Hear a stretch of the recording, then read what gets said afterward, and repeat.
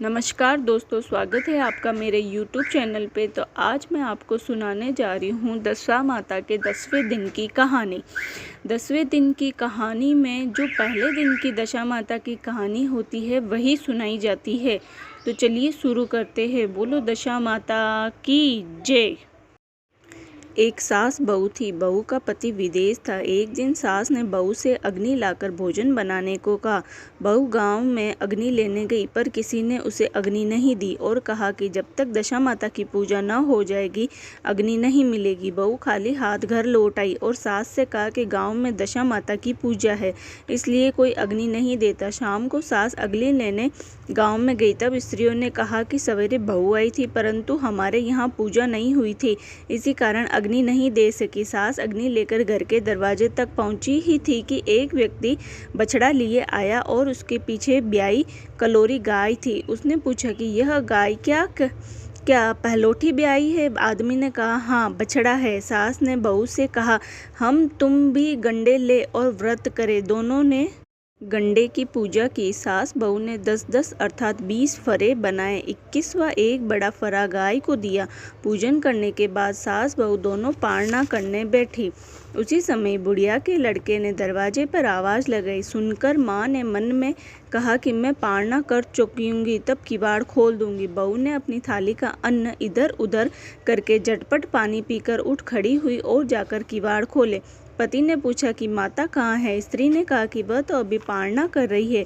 पति बोला कि इतने दिनों तक न जाने तू कैसी रही, माता लाएगी तब जल पीऊँगा। माता पारना कर अपनी थाली धोकर पी चुकी, तब लड़के के पास गई। माता ने थाली परोसी। बेटा भोजन करने बैठा। हाथ में प्रथम ग्रास लिया कि फरों के टुकड़े जो बहू ने थाली से फेंक दिए उचक्कर उसके सामने आने लगे। उसने माँ से पूछा यह क्या है? माँ बोली बहू जाने। सुनते ही लड़का आग बबूला हो गया। बोला जिसके चरित्र की तुम साक्षी नहीं है उसको अभी बाहर करो। माता ने पुत्र को हर तरह से समझाया, परंतु उसने एक भी न मानी। वह यही कहता रहा कि उसे निकालो, मैं तभी घर में रहूँगा। माँ ने सोचा बहू को थोड़ी देर के लिए बाहर कर देती हूँ, इतने में लड़के का गुस्सा शांत पड़ जाएगा। उसने बहू से कहा देहरी के बाहर जाकर उसारे के नीचे खड़ी रहे। जब बहू खड़ी हुई तो उसारा बोला दशा माता के विरोधी को मैं छाया नहीं दे सकता।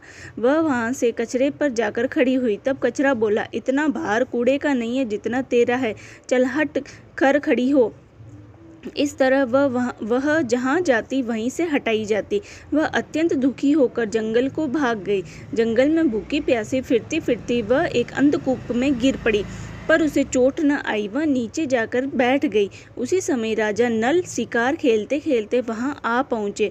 उनके हाथ के सब लोग बिछुड़ गए थे। वे प्यास के मारे भटकते हुए उसी कुएं के पास आए जिसमें बहू गिरी हुई थी। राजा नल के भाई ने कुएं में लोटा डाला तो बहू ने उस लोटे को पकड़ लिया। तब भाई ने राजा से कहा कि इस कुएं में तो किसी ने लोटा पकड़ रखा है। तब राजा ने कुएं के पास जाकर कहा कि भाई तू यदि पुरुष है तो मेरे धर्म का भाई है, यदि स्त्री है तो मेरी धर्म की बहन है, जो भी हो बोलो। स्त्री ने आवाज़ दी। राजा ने उसे कुएं के बाहर निकलवा हाथी पर बैठाकर अपनी राजधानी में ले आए। महाराज को महलों की ओर आते देखकर महारानी को खबर दी कि महाराज आ रहे हैं और एक रानी भी साथ ला रहे हैं। रानी बड़ी दुखी हुई। महाराज सामने आ पहुंचे। तब रानी ने विनय की महाराज मुझसे ऐसी क्या भूल हुई जो आप मेरे रहते दूसरा विवाह कर लाए? इस पर नल ने हंसकर कहा कि तुम्हारी सोत नहीं, मेरी बहन है। ये सुनते ही रानी का मुंह खिल उठा। राजा ने उसका मुंह बोली बहन नाम रखा और उसके लिए अलग महल बनवा दिया। एक दिन राजा की एक घोड़ी ब्याई। तब मुंह बोली बहन ने अपनी दासियों से पूछा घोड़ी पहलोटी ब्याई है या दूसरी तीसरी बार? उन्होंने जवाब दिया ब्याई तो प्रथम ही है। तब उसने रानी से कहा आओ भावज, हम तुम दोनों दशा माता के डोरे ले। रानी ने पूछा किसके डोरे और कैसे डोरे, सो मुझे समझाओ। तब वह बोली दशा माता के व्रत का यह नियम है कि पहल जब गाय या घोड़ी या स्त्री का प्रसव सुने तब डोरा लेकर व्रत आरंभ करे। 9 व्रत करने के बाद 10वें दिन उस डोरे का पूजन करके विसर्जन करे। इसी के साथ उसने उसको पारने के नियम बतलाए। तब रानी बोली, ननद यह कैसा व्रत है? ननद बोली, भाभी मुझे जो चाहो सो कह लो, परंतु व्रत के संबंध में कुछ मत कहो। मैं इसी व्रत के कारण मारी मारी फिरी और तुम्हारे देश में आई हूँ। ऐसा कहते हुए श्रद्धापूर्वक डोरा लिया। 9 दिन तक 9 व्रत किए और 9 कथाएं कही। 10वें दिन विधिवत पूजन किया, गोला फरा बनाए और शाम को पारना करने बैठी। उसी समय उसके पति को कुछ अनायास प्रेरणा सी हुई। वह अपनी माता से आज्ञा लेकर स्त्री का पता लगाने निकला। घूमता फिरता राजा नल की राजधानी में अपनी स्त्री का पता लगाने लगा। एक कुएं पर उसने औरतों को बातें करते सुना। एक बोली, राजा महल में मुंह बोली बहन लाए है, वह बड़ी सुंदर है, आजकल उसी का किया हुआ सब कुछ होता है। दूसरी बोली, वह जैसी सुंदर है वैसी धर्मात्मा भी है, जो उसके दरवाजे पर जाता है सादर इच्छा भर भिक्षा पाता है। तीसरी बोली, यह तो सब ठीक है, परंतु अब तक पता भी न चला कि वह कौन है। बातें सुनकर वह साधु वेश बनाकर राजा नल की मुंह बोली बहन के महल के द्वार पहुंचा और आवाज लगाई तो प्रबंधकर्ता उसे भिक्षा देने लगे। उसने भिक्षा लेने से इनकार कर दिया और कहा, जब भिक्षा देने वाली खुद आकर भिक्षा देगी तब लूंगा। तब लोगों ने उससे कहा, इस समय वह दशा माता का व्रत करके पारना कर रही है, तब तक ठहरे रहो। वह चुपचाप बैठा रहा। पारना कर लेने के बाद वह मुट्ठी में मोती भरकर लाई, परंतु पति को पहचान कर मुस्कुराती हुई लौट गई। दोनों ने एक दूसरे को पहचान लिया था। रानी ने ननंद को मुस्कुराते देखकर पूछा, आज इस परदेसी को देखकर हंसी हो, इसका क्या कारण है? उसने उत्तर दिया कि वह तो हमारे ही घर वाले हैं। रानी ने राजा से कहा, तुम्हारी मुंह बोली बहन के घर वाले आए हैं। राजा ने कहा, उनसे कह दिया जाए कि घर जाकर वहां से अपनी हैसियत आए, तब मैं बहन की विदाई करूंगा। वह वापस चला गया। उसने माता से कहा, तुम्हारी बहू राजा नल के यहाँ उसकी बहन होकर रहती है, नियम धर्म से दिन बिताती है। तब माता ने आज्ञा दी कि तुम उसे ले आओ। वह डोली कहार आदि के साथ फिर से राजा नल के नगर में गया। राजा ने समधी की हैसियत से उसका स्वागत किया और कुछ दिन मेहमानी में रखकर विधि पूर्वक बहन की विदाई की। जब वह महल से बाहर निकलकर चलने लगी तब महल भी उसके पीछे पीछे चलने लगा। रानी बोली, ननद जी तुम चली और मेरा महल भी ले चली, जरा लौटकर पीछे की ओर देखती जाओ। उसने देखा कि राजा का संपूर्ण राजसी वैभव लुप्त हो गया है। वह स्त्री तो अपने पति के साथ जाकर आनंद से रहने लगी, परंतु राजा नल का यह हाल हो गया कि वे दोनों कमली कंथरी ओढ़े फिरने लगे। तब राजा नल बोले, रानी जहाँ राज किया वहाँ इस दशा में नहीं रहा जाता है, इसलिए यहाँ से जाना ही उचित है। रानी पतिव्रता थी। राजा रानी दोनों महल से निकल चल दिए। चलते चलते एक गांव के पास पहुँचे। वहाँ बेर के वृक्षों में अच्छे अच्छे बेर लगे हुए थे। राजा रानी दोनों भूखे थे। वे बेर बीनने लगे, परंतु बेर लोहे के होते जाते थे। इस तरह से राजा व रानी जो वस्तु हाथ से छूते थे वहीं कंकड़ पत्थर इत्यादि होता गया। राजा रानी आगे बढ़े। रास्ते में उन्हें एक बनिया मिला। उसने राजा नल को पहचान कर राजा रानी को आटा दिया। वे आटा लेकर एक नदी के किनारे गए।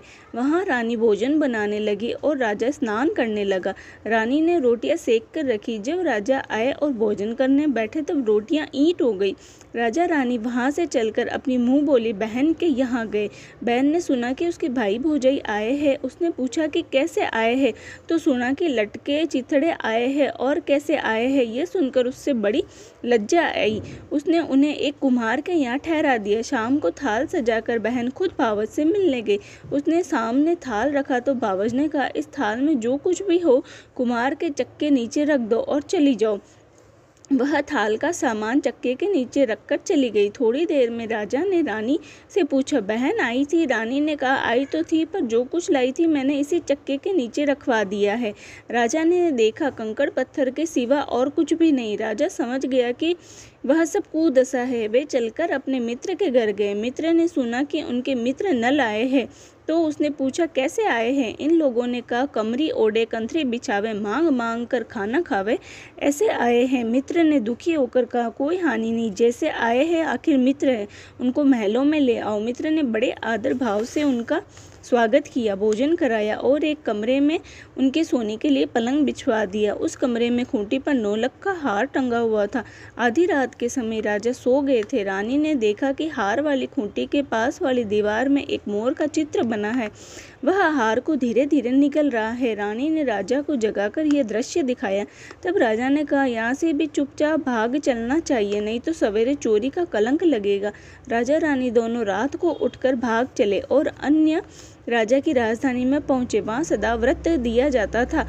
राजा रानी भी गए। उस समय सदाव्रत बंद हो चुका था। वहां के अधिकारियों ने कहा कि वह लोग न जाने कहाँ से अभागे आए हैं, मुट्ठी मुट्ठी चने दे दो। इस प्रकार अनादर और कुवाच्य सहित दान देना अस्वीकार करते हुए राजा रानी बोले कि ऐसी कंजूसी है तो सदाव्रत देने का नाम क्यों करते हैं। इस पर दानाध्यक्ष ने कहा, राजा को कंजूस कहते हैं, इनको हवालात में बंद कर दो। इस तरह राजा रानी दोनों को कोठरी में बंद कर दिया।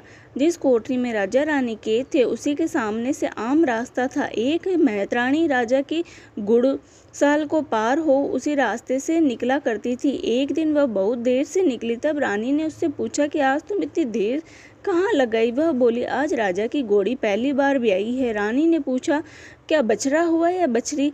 उसने जवाब दिया, बछड़ा हुआ और अच्छी सेहत में हुआ। तब रानी ने राजा से कहा, एक बार मैंने तुम्हारी मुंह बोली बहन के डोरे का अनादर किया था।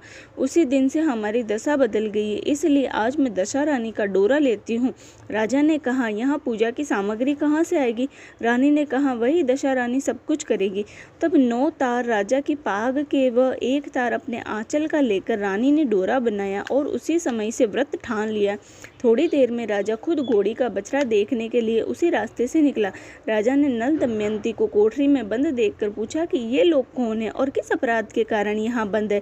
पहरेदारों ने कहा कि ये लोग भिक्षा लेने आए थे, आपको गालियाँ देते थे, इसी कारण इन दोनों को कैद करा दिया था। राजा ने कहा कि यह तो इनका कोई अपराध नहीं है, इनको संतुष्ट करना चाहिए, अब इनको अभी कैद से बाहर निकाल लो। राजा की आज्ञा अनुसार उसी समय नल दमयंती दोनों कोठरी से बाहर निकाले गए। राजा उनके पाँव में पद्म और माथे में चंद्रमा का चिन्ह देखकर पहचान गया कि ये राजा नल और दमयंती है।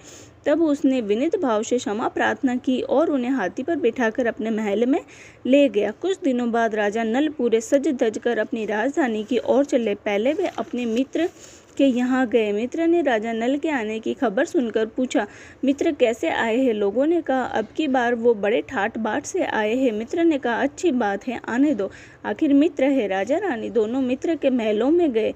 उन्होंने उनका स्वागत करके उसी स्थान में फिर से उनका डोरा दिया जहाँ वे पहले ठहरे थे। आधी रात के समय राजा सो रहे थे, रानी पैर दबा रही थी। तब उसने देखा कि मोर का चित्र जो हार निगल रहा था उसे उगल रहा था। रानी ने राजा को जगाकर दिखाया। राजा ने भी अपने मित्र को बुलाकर वह चरित्र दिखाया। तब मित्र बोला कि मैंने न तब तुमको चोरी लगाई थी न अब लगाता हूँ, यह सब कुदशा का कारण था। आप निश्चय रखिए, मेरे मन में कोई मैल नहीं है। मित्र के यहाँ से चलकर राजा मुँह बोली बहन के यहाँ गए। तब उसने जब सुना कि राजा भैया आए हैं तब पूछा, कैसे आए हैं? लोगों ने कहा, जैसे राजाओं को आना चाहिए वैसे आए हैं। उसने कहा, उनको मेरे महल में आने दो। जब राजा नल का हाथी बहन के महल की ओर बढ़ा तब रानी बोली, आप बहन के घर जाइए, मैं तो उसी कुमार के घर जाकर ठहरूंगी जिसके यहाँ पहले ठहरी थी। राजा ने कहा, जिसके कारण इतने दुख उठाए तुम उसी से फिर झगड़ा मोल लेती हो। रानी न मानी, वह कुमार के यहाँ ठहरी। राजा बहन के घर गए। शाम को ननंद बाबज के लिए थाल लगाकर लाई और बाबज के सामने रख दिया। तब बाबज सोने चांदी के गहने उतार उतार कर रखने लगी और कहने लगी, खाओ रे मेरे सोने रूपों के गहनों, खाओ, हम नंगे भूखे क्या खाएंगे। यह देखकर ननंद बोली, मुझसे तो जो कुछ हो सका सो तब भी लाई थी, वही अब भी लाई हूँ। सचमुच चक्का उठकर देखा तो उसके नीचे मणिकर्णिका का ढेर लगा था। रानी देखकर स्तंभ रह गई। वह बोली, ननंद तुम्हारा कोई दोष नहीं, ये सब मेरी कुदशा का ही कारण था। रानी ने ननंद का लाया हुआ सब सामान व कुछ अपनी तरफ से भी दिया। परंतु पूजा का न्योता न दिया। वहां से आगे चले, नदी के तट पर पहुंचे तो वही पड़ाव आया। राजा का रसोड़ा चेताया। जब भोजन तैयार हो गया, राजा भोजन करने बैठे। उस समय वे रोटियां जो ईंटें हो गई थी फिर से रोटियां हो गई। तब राजा ने पूछा कि यह सब क्या कौतुक है। रानी बोली कि ये वही रोटियां जो उस दिन अपने काम में न आई थी। मैं यदि आपसे कहती कि रोटियां ईंट हो गई तो आप न मानते। अब वहां से सेना सहित राजा व रानी आगे बढ़े। जब राजा नल की फौज अपनी राजधानी के पास पहुंची तब सबको अपने राजा को पहचान कर बड़ा आनंद हुआ। वे उन्हें महलों में ले चले। राजा रानी ने महलों में प्रवेश करके तुरंत ही दशा माता की पूजा का प्रबंध किया और सौभाग्यवती स्त्रियों को आमंत्रित किया। भोग के लिए सब तरह के पकवान बनवाए गए। आटे की बटी हुई 10 बत्तियां, 10 गुड़ व शक्कर की गुजिया और 10-10 अठवाइयाँ सुहागिनों के आंचल में डाली गई। सुहागिनों का श्रृंगार आदि करके दशा रानी की पूजा आरंभ हुई। कलश स्थापित होकर दिया जलाया गया तो बत्ती ही न जली। तब पंडितों ने विचार करके कहा कि यदि कोई न्योता पाने वाला न्योते से रह गया हो तो स्मरण किया जाए, उसके आ जाने पर दीपक जल जाएगा। रानी ने कहा कि मैं तो सभी को न्योता दिलवा दिया है, सिर्फ मुंह बोली बहन को न्योता नहीं दिया। राजा ने द्रुतगामी रथ भेजकर मुंह बोली बहन को बुलवा लिया। सुहागिनों को भोजन कराकर विदा किया गया। उसी समय राजा ने में हुक्म जारी किया कि अब से मेरी प्रजा के लोग दशा माता का व्रत किया करें। भगवती दशा माता ने राजा नल के कष्ट दूर किए, वैसे सबके दिन सुधारे। बोलो दशा माता की जय हो। ऐसे ही सभी व्रत के कथा कहानियाँ सुनने के लिए प्लीज़ मेरे चैनल को सब्सक्राइब कर देना, नीचे दिए गए लाल बटन को दबा देना।